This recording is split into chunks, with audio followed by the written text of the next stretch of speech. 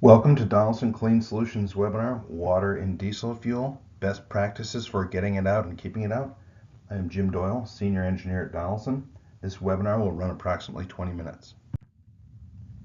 Everyone is aware that water is not supposed to be in diesel fuel.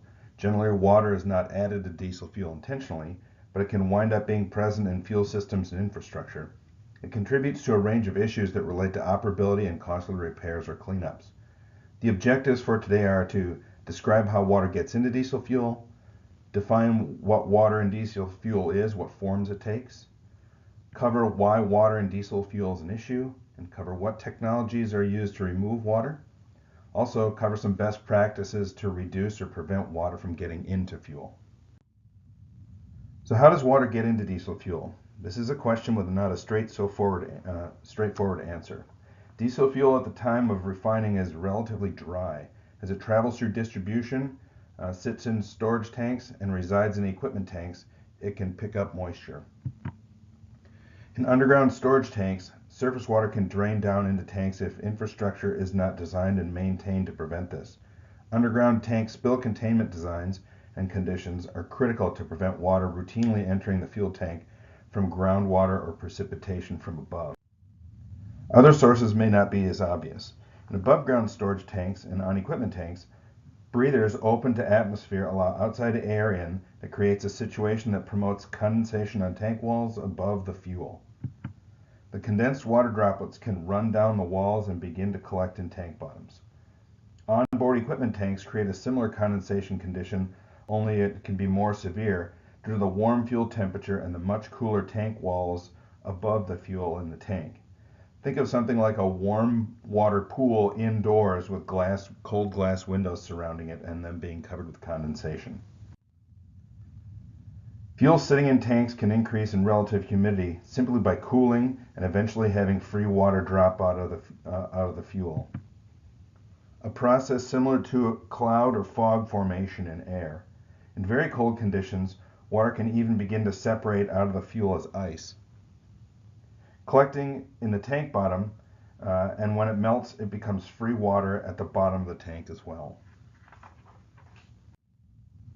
Water can take several forms in fuel and fuel infrastructure. Most people think of water in diesel as visible droplets of water in the fuel. Generally as a glob of water at the bottom of a sample jar or a layer of water at the bottom of a tank, etc. Like the image at the top left. You can see the clear water at the bottom and some globs of water in the fuel at the interface there, with the fuel floating above. This form of water describes what is generally called free water, or in industry test standards, it is also referred to as coarse water. Coarse water simply refers to the relatively large droplets of water in fuel. A term that has become more common lately referring to water in fuel is emulsified water. Emulsified water is simply very small droplets of free water suspended in fuel. Similar to the sample at the bottom left here. If fuel with coarse free water is run through a pump, the droplets of water will get chopped up by the pump and mixed into the fuel. These small droplets are much more stable in the fuel than large free globs of water. They will stay floating around in the fuel as very small droplets for long periods of time and are much more difficult to separate by traditional means than coarse water. The less obvious form of water in fuel is called dissolved water. Dissolved water is the water that is present in fuel before it becomes visible as a haze, droplets, or a layer of water at the bottom. The top layer of the top left glass contains some water, but is not fully saturated and is still clear and bright, as you can see. The same sample at the top right, after shaking and some settling, shows the top fuel layer is still cloudy at or above its saturation point. Think of this as a form of water like moisture in the air that becomes a cloud or fog when the air cools. It is also common to hear the term total water when looking at test results and things. This term is a combination of dissolved and free water, including emulsified water. A fuel sample with water in it, unless it's tested immediately after it's collected, may give very different results of how much water might be dissolved versus free water in the sample at the time that it was taken. Due to the changing conditions for the sample, so it is simply reported as total water. In the lower right image here, I've added some soap or surfactant and shook things up a little bit here. We'll get back to that later in the presentation. At this point, it is worth taking some time to describe the ranges of water contamination and what standards look like for the industry. Industry standards for describing water and fuel can vary, but it is generally considered that fuel with about 200 ppm or less water and at 70 degrees Fahrenheit, meaning the fuel means that the fuel should be fit for use. Fuel water separators and coalescers are generally tested at much higher water concentrations than this, about 2,500 ppm total water. So some water dissolved, but the majority of it would be free in that fuel. The fuel cannot hold that much water. These technologies address free water, either coarse or emulsified water, but not the dissolved water that may be in the fuel. Diesel fuel at the time it leaves the refinery is generally in a range of 70 to 100 ppm total water and at roughly 70 degrees Fahrenheit. This fuel is considered about 50% saturated then with water, meaning it can hold roughly 140 to 200 ppm total dissolved water before it reaches its saturation point at 70 degrees Fahrenheit. Fuel in this range of saturation would appear clear to the eye, and there would be no visible droplets of water like the center photo in this slide. As that same sample cools, without the addition of more water, it will approach a point where it is able to hold much less water, and it would begin to appear cloudy as it approaches saturation. The fuel would then be considered saturated as it turns cloudy there. This is the case in the photo at the right. It would still not show any visible droplets, but further cooling could begin to drop free water to the bottom of the sample. Remember, colder fuel holds less water in saturation, so it becomes relatively more wet, much like clouds or fog forming as air cools. It's again worth mentioning that fuel cooled below 32 degrees Fahrenheit, or freezing, will begin to have water crystallize out of it. And those crystals will settle to the bottom of the tank as solids. They can contribute to filter plugging as ice crystals if conditions are right, and they can be drawn to a filter. Otherwise, if they're drawn to a filter. Otherwise, they will settle to the bottom and eventually melt if things warm up, creating free water at the bottom of the tank. Plain fuel in contact with the atmosphere at a constant temperature will generally not become saturated. It will become more saturated if it is in contact with free water, say at the tank bottom, or condensation is dripping in and fuel is being sloshed around like on an piece of equipment driving around. It generally takes some agitation by mixing from driving around or a pump moving fuel around with water present to get water mixed into fuel and get the fuel to saturation point. Free water in bulk storage contributes to rust and corrosion of the carbon steel infrastructure components. This can be the steel tank bottoms as in that image, fittings in fiberglass tanks, submersed pump components, carbon steel pipes, tank sensors, and measurement components, etc. Failure of these system components can be costly to fix. You can have fuel leaks, equipment downtime, tank cleanouts, and repairs. Free water on equipment can also cause tank corrosion and microbial growth issues, but the main concern is the modern high-pressure common rail fuel system components like fuel injectors. The high-pressure pump and injectors are very sensitive to corrosion, causing sticking and seizure of components, leading to costly repairs. These fuel system components are also vastly more sensitive to both soft and hard particulate contamination than previous systems. The secondary effect of free water and fuel is microbial growth, commonly referred to as bugs. It is generally bacteria and fungus, not algae as is thrown around routinely. Algae actually needs sunlight to grow, and there's no sunlight in fuel tanks. Microbes need water and food to live. In fuel infrastructure, that condition generally occurs at the fuel and water interface near the tank bottom. This is known as the rag layer, and is seen here in this photo at the center, on the bottom center. On equipment, good conditions may also occur in the tank or in a filter. At the bottom left, you can see a water coalescer element that has microbes growing on it. These microbes eat the fuel, breaking it down and degrading fuel quality in general. But they need to be in the presence of some water to live. So no free water means you have no bug problems. They cannot grow if there is not free water and fuel both available at the same time. Both corrosion, big chunks of rust, and microbial growth from the rag layer or the gunk you see in that center photo create additional particulate in the fuel, and that will tend to plug filters and create operability issues for you. Another fuel usability issue associated with free water is the creation of filterable solids due to water's interaction with some of the fuel's additive package.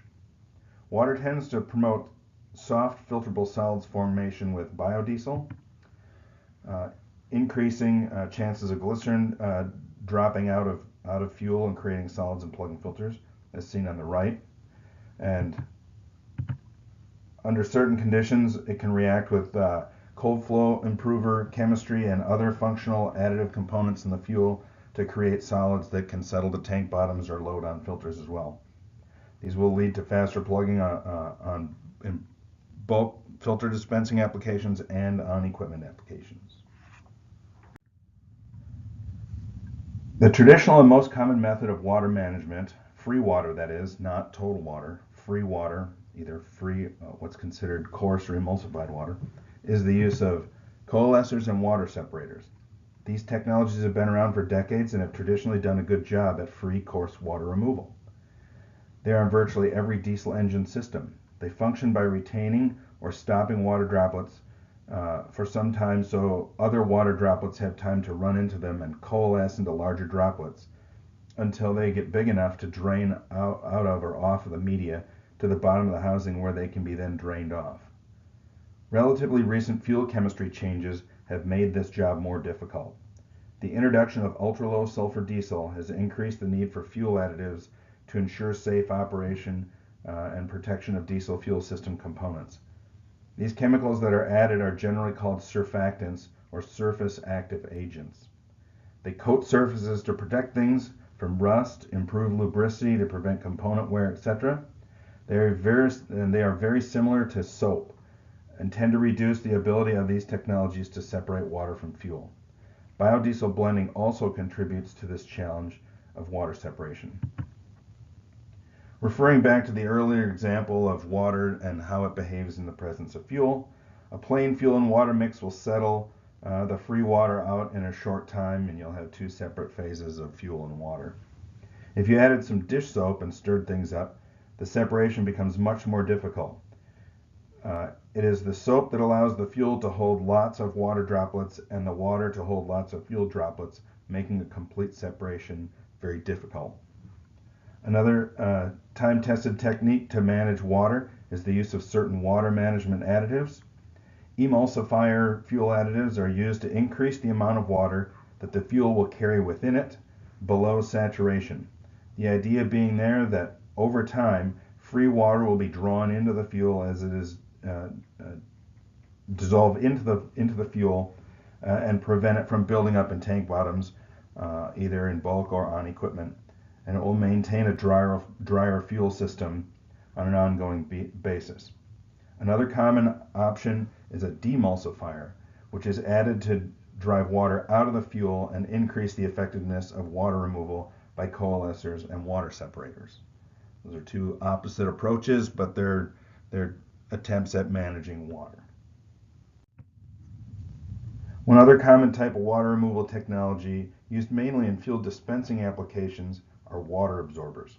Water absorbers are filters that have an ability to absorb free water from fuel into a material in the media called superabsorbent polymer, or SAP for short. This technology has been in use for decades as well. It has only a modest capacity for water. It is more of a one-time use. It's more of a means of detecting a free water issue than dealing with an ongoing free water issue in a fuel supply, as the filter has a limited capacity. You do not drain any water off of an absorbent filter.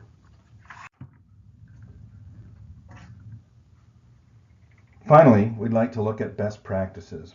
What are the best ways to deal with water and hopefully avoid or reduce the impact of many of the issues covered here today? Historically, it was not that big of a deal to let diesel fuel be in contact with free water. Traditional high sulfur diesel fuel naturally did not grow very many microbes, and solids weren't generated at an alarming rate. There could have been some rust in tank bottoms and things like that. It was more stable over time. Historically, the high sulfur fuel was more stable over time. Engines were not nearly as sensitive to potentially some additional particulate, and it was reasonably easily to drain off the water or coalesce it out just prior to use. As we've covered here, the chemical makeup of fuel has changed significantly, and the needs of modern engine fuel systems have changed at the same time. Fuel is less stable in the presence of water, degrading in quality and creating various solids that can cause filterability issues and operability issues. Water can also directly damage infrastructure and engine fuel system components more easily than before. At the same time, the technologies traditionally relied upon to deal with water and remove it face bigger challenges to perform reliably. In daily practice, there are things that can be done and future decisions that can be made that can reduce the buildup and impact of water on equipment and operations. To reduce the condensation of water on equipment, it is recommended that fuel tanks be kept full and fill them at the end of operation rather than run and rest with substantially empty tanks. The smaller headspace volume in the tank, the less area there is for condensation start to occur to allow droplets to form and drain to the bottom of the tank and build up water over time. Similarly, above ground fuel tanks that have large headspace volumes would tend to be more susceptible to condensation on interior tank walls, adding that water will settle at the bottom, leading to higher water content in the fuel. Keeping storage tanks there full rather than empty on an ongoing basis will tend to minimize moisture buildup as well. Underground tanks may be somewhat less susceptible to condensation issues if temperatures remain relatively constant than surface tanks, but they do have the potential for significant surface water ingress, as we talked about. Water leak points like the tank spill containment system or groundwater intrusion in high water table situations are obvious concerns for these types of systems, as well as the water drainage on the surface. Having manways in low areas and things will tend to draw water towards the tank. Some large fuel storage tank farms have what is referred to as floating suction, and is becoming more common in practice. This has been common practice in the aviation fuel industry for many decades, and is good practice for diesel fuel in modern times here. Floating suction draws fuel from the top layers of the tank rather than near the bottom. This is done to avoid the things that tend to settle over time, solids and water, so the fuel leaving the tank is as clean and dry as possible. Many fuel tanks do not have breathers on them either. They may have screens or even open pipes allowing air and contaminants to enter freely as fuel is pumped out or even in stagnant conditions. It is good practice to install breathers to prevent particulate and water ingress into systems where possible. However, very large fuel tanks they have very low vacuum ratings, and you need to work carefully with the tank specifications and emergency venting and breather vent installation people to do that safely. Lastly, a common issue is the ability to drain water. The best practice possible for water contamination management is the ability to actually drain all of the water from a low point in the tank, not the typical 3 to 9 inches above the bottom, which you see on existing equipment and infrastructure, but actually the low point of the tank. It only takes an inch or so of water for microbial growth to get going, and exposure to free water tends to cause other fuel solids formation as well. This is not an easy afterthought for existing infrastructure, but for new tanks and infrastructure, it is the best practice to design it in from the start where possible. In conclusion, with the changes in fuel and engine technology, water management strategies need to evolve to be more proactive than historically they've been reactive, or it is more likely that equipment operators will face the types of issues covered here. Adopting best practice strategies, maintaining and designing fuel infrastructure that minimizes water buildup will reduce downtime in the future. Thank you again for taking the time to join us for this webinar today. In closing, I ask you to check out our online resource, mycleandiesel.com, if that's not how you got to this video, and connect with us there. Thank you very much for your time.